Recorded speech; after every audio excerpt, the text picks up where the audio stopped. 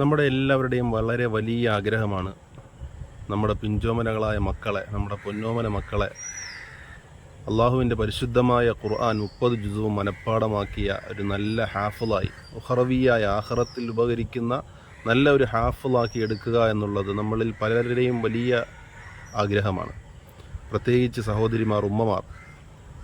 പക്ഷേ അങ്ങനെ നമ്മൾ അവരെ 5ാം ക്ലാസ് 6ാം ക്ലാസ് ഒക്കെ ഒരു പ്രായത്തിലാണ് നമ്മൾ അവരെ ഹിഫ്ള് പഠനത്തിന് വേണ്ടി അയക്കുന്നതെങ്കിലും ഈ സമയത്ത് കൊണ്ടുവിടുന്നതിന് മുമ്പായി നമ്മൾ ശ്രദ്ധിക്കേണ്ട അത്യാവശ്യമായ കുറച്ച് വിഷയങ്ങളുണ്ട്. കാരണം നമ്മൾ ആഗ്രഹിക്കുന്നത് കൊണ്ട് മാത്രം നമ്മുടെ മക്കൾ ഹാഫിളായി വരണമെന്നില്ല. നമ്മൾ അവരെ ബുദ്ധിമുട്ടിക്കാത്ത നിലയിൽ അവർക്ക് ഹിഫ്ള് പഠനം കൊണ്ട് ഈ ഒരു ഫീൽഡിനോട് തന്നെ ദേഷ്യം തോന്നാത്ത നിലയിൽ നമ്മൾ അവർക്ക് കാര്യങ്ങൾ എത്തിച്ചു കൊടുക്കണമെങ്കിൽ ഒരുപാട് കടമ്പകളുണ്ട്, ഒരുപാട് വിഷയങ്ങൾ നമ്മൾ ചെറുപ്പം മുതലേ ശ്രദ്ധിക്കേണ്ടതുണ്ട്. വളരെ അത്യാവശ്യമായി ശ്രദ്ധിക്കേണ്ട 1-2 വിഷയങ്ങൾ മാത്രം ഒന്ന് സൂചിപ്പിക്കാൻ വേണ്ടിയാണ് ഇപ്പോൾ ഈ വീഡിയോയിൽ വന്നത്. മദ്രസ പഠനം ഏറ്റവും ഗൗരവമായി നമ്മൾ എടുക്കേണ്ട ഒരു വിഷയമാണ്. ഹിഫ്ള് പഠനത്തിനായി ഇപ്പോൾ സ്ഥാപനങ്ങളിലേക്ക് എത്തുന്ന പല വിദ്യാർത്ഥികളിലും കണ്ടുവരുന്ന ഏറ്റവും വലിയൊരു വിഷമകരമായ കാര്യം, മനഃപ്പാടമാക്കാനുള്ള കഴിവ് അവർക്ക് ധാരാളമുണ്ട്.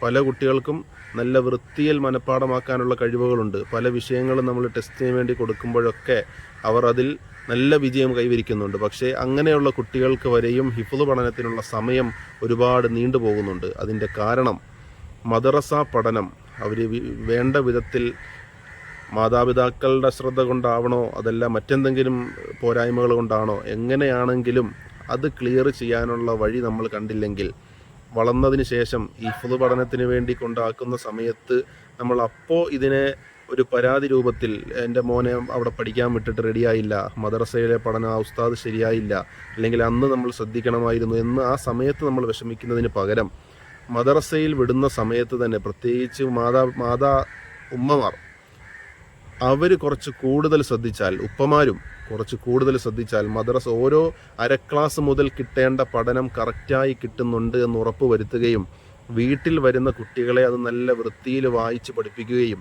ഹിഫ്ള് പഠനത്തിനായി നമ്മൾ കൊണ്ടാക്കുന്നതിന് മുമ്പ്, സ്ഥാപനങ്ങളിലേക്ക് കൊണ്ടാക്കുന്നതിന് മുമ്പ് തന്നെ പരിശുദ്ധ ഖുർആൻ അവർക്ക് കണ്ടോതാനുള്ള കഴിവുണ്ട് എന്ന് ഉറപ്പ് വരുത്തുകയും ചെയ്യണം. അത്യാവശ്യം നിയമങ്ങളൊക്കെ അനുസരിച്ച് തജ്വീദിൻ്റെ മുഴുവൻ നിയമങ്ങളും മദ്രസ സംവിധാനത്തിൽ ഉണ്ടാവണമെന്നില്ല. പക്ഷേ അത്യാവശ്യം അക്ഷരത്തെറ്റുകളില്ലാതെ അക്ഷരങ്ങളുടെ മഖ്റജുകളൊക്കെ ശ്രദ്ധിച്ചുകൊണ്ട് പഠിക്കാനുള്ള ഒരു സംവിധാനത്തിൽ അവരെ ആക്കിയതിന് ശേഷമേ നമ്മൾ ഹിഫ്ള് പഠനത്തിന് വേണ്ടി അയക്കാവൂ.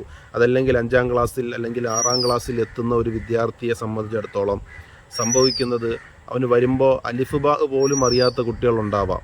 അതല്ലെങ്കിൽ അത്യാവശ്യം അലിഫ് ബാകൾ മാത്രം, അറബി അക്ഷരങ്ങൾ മാത്രം അറിയും, കൂട്ടിച്ചേർത്ത് വായിക്കാൻ അറിയാത്തവരുണ്ടാവാം. ഇനി കൂട്ടിച്ചേർത്ത് വായിക്കാൻ അറിയുന്നവരുണ്ടാവും, ചില കാര്യങ്ങൾ കണ്ടാൽ ഓതാൻ മനസ്സിലാവാത്തവരുണ്ടാവാം, ഖുർആനിൻ്റെ ചെറിയ സൂറത്തുകൾ വരെയും കണ്ടോതാൻ അറിയാത്തവരുണ്ടാകാം. അപ്പോൾ ആ ഒരു നിലപാടിൽ നിന്ന് മാറി അവർക്ക് കണ്ട് ഓതാൻ, നല്ല വൃത്തിയായി കണ്ടോതാൻ, മദ്രസയിൽ ഒരു 4ാം ക്ലാസ് 5ാം ക്ലാസ് ഒക്കെ പഠനം കൊണ്ട് ഒരു വിദ്യാർത്ഥിക്ക് സുഖമായി ഖുർആൻ കണ്ട് ഓതാൻ കഴിയും. അത് നമ്മൾ മാതാപിതാക്കൾ ശ്രദ്ധിച്ചാൽ മാത്രം, പ്രത്യേകിച്ച് ഉമ്മമാർ നമ്മുടെ മക്കളെ ഹാഫിളാക്കാൻ ആഗ്രഹിക്കുന്നു എങ്കിൽ, അതല്ലെങ്കിൽ സംഭവിക്കാൻ പോകുന്ന വലിയ ഒരു വിഷമകരമായ കാര്യം എന്തെന്നാൽ, അവരെ പഠിക്കാൻ കൊണ്ടുവിടുന്ന സമയത്ത് ഉസ്താദന്മാർക്ക് അങ്ങനെ ചെയ്യാതെ വേറെ മാർഗമില്ല.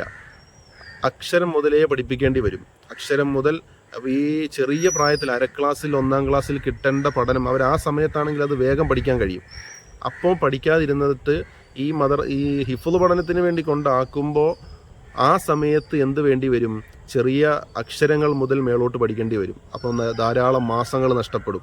അക്ഷരങ്ങൾ പഠിക്കണം, അതിൻ്റെ ഹറക്കത്തുകൾ പഠിക്കണം, അത് കൂട്ടിച്ചേർത്ത് എഴുതി വായിക്കുന്നത് എങ്ങനെയെന്ന് പഠിക്കണം, ഇനി അത് ഖുർആനിൽ കണ്ടിട്ട് എങ്ങനെയെന്ന് പഠിക്കണം, ഖുർആനിലെ ഓരോ ഹറക്കത്തുകളുടെ ശൈലികളും മോഡലുകളും എല്ലാം പ്രത്യേകം പഠിക്കണം, അതിന് ശേഷം തജ്വീദ് പഠിക്കണം, തജ്വീദിന് ശേഷം ഇത് കണ്ടോതാൻ പഠിക്കണം, അതിന് ശേഷം ഹിഫ്ള് പഠനം തുടങ്ങണം.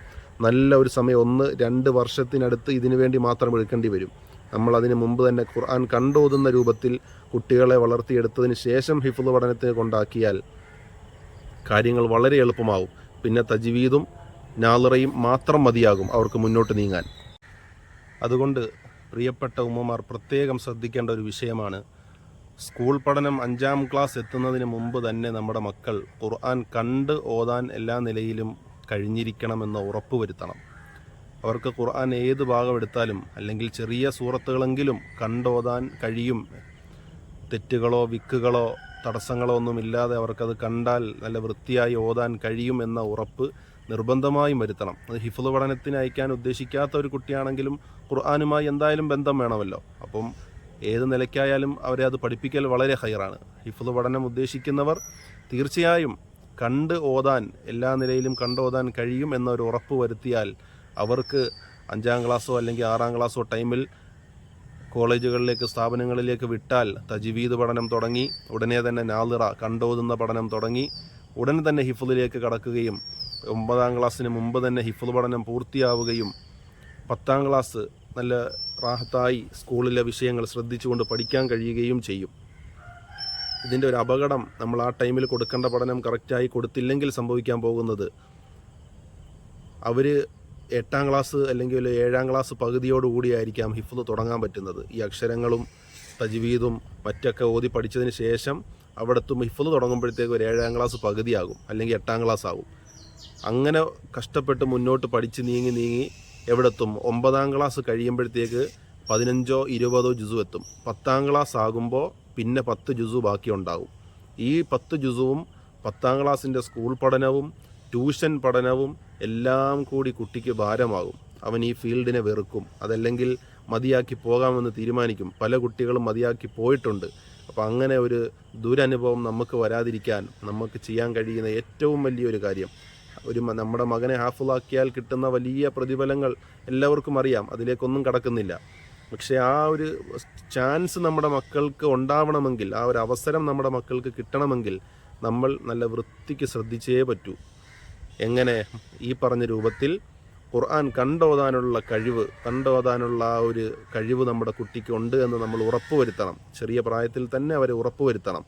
മദ്രസ പഠനം 1ാം ക്ലാസ് 2ാം ക്ലാസ്സൊക്കെ ആയാൽ തന്നെ ഖുർആൻ കണ്ടോദിപ്പിക്കാൻ തുടങ്ങും. അപ്പോൾ ആ ടൈമുകളിൽ തന്നെ ഖുർആൻ കണ്ടോതുന്നുണ്ട് എന്ന് ഉറപ്പുവരുത്തുകയും വീട്ടിലിരുത്ത് നല്ല വൃത്തിക്ക് ഓദിപ്പിച്ച് അവരെ ആ നിലയിൽ വളർത്തിയെടുത്താൽ നല്ല ഒരു ഹാഫിളാക്കി നമുക്ക് അവരെ മാറ്റാൻ എളുപ്പത്തിൽ, പ്രയാസങ്ങളില്ലാതെ അവർക്ക് ഹിഫ്ള് പഠനം പൂർത്തിയാക്കാനും കഴിയും. ഈ ഒരു കാലത്ത് ഹിഫ്ള് പഠനത്തിൻ്റെ സ്ഥാപനങ്ങളിലും കോളേജുകളിലും വലിയ ശിക്ഷാ നടപടികൾ ഒന്നും പറ്റൂല. നമുക്കെല്ലാവർക്കും അറിയാം, നിയമങ്ങളും മറ്റ് കാര്യങ്ങളുമൊക്കെ ഉള്ളതുകൊണ്ട്. അപ്പോൾ ഈ നിലയിൽ വരുന്ന ഒരു കുട്ടി ടൈമില്ലാതെ മദർസയിലെ പഠനം കറക്റ്റാക്കാതെ, ഖുർആൻ കണ്ടോതി പഠിക്കാതെ, അക്ഷരങ്ങൾ പോലും അറിയാതെ വരുന്ന ഒരു കുട്ടിയെ സംബന്ധിച്ചിടത്തോളം അവന് സംഭവിക്കാൻ പോകുന്നത്, ഉസ്താദന്മാരധികം അതിൻ്റെ പുറയിൽ പ്രയാസപ്പെടാൻ നടക്കില്ല ഒരു സ്ഥാപനങ്ങളിലും. കാരണം നിയമങ്ങൾ ഇങ്ങനെ ഉള്ളതുകൊണ്ട്, ഉസ്താദന്മാരുടെ കുറ്റമല്ല, നിയമങ്ങളും വശങ്ങളും ഇങ്ങനെ ആയതുകൊണ്ട് അവർ ഇതിൻ്റെ പുറയിൽ പ്രയാസപ്പെടാൻ നടക്കില്ല. പകരം അവരത്യാവശ്യം അവരെ കൊണ്ട് കഴിയുന്ന രൂപത്തിലൊക്കെ അവർ ശ്രമിക്കും.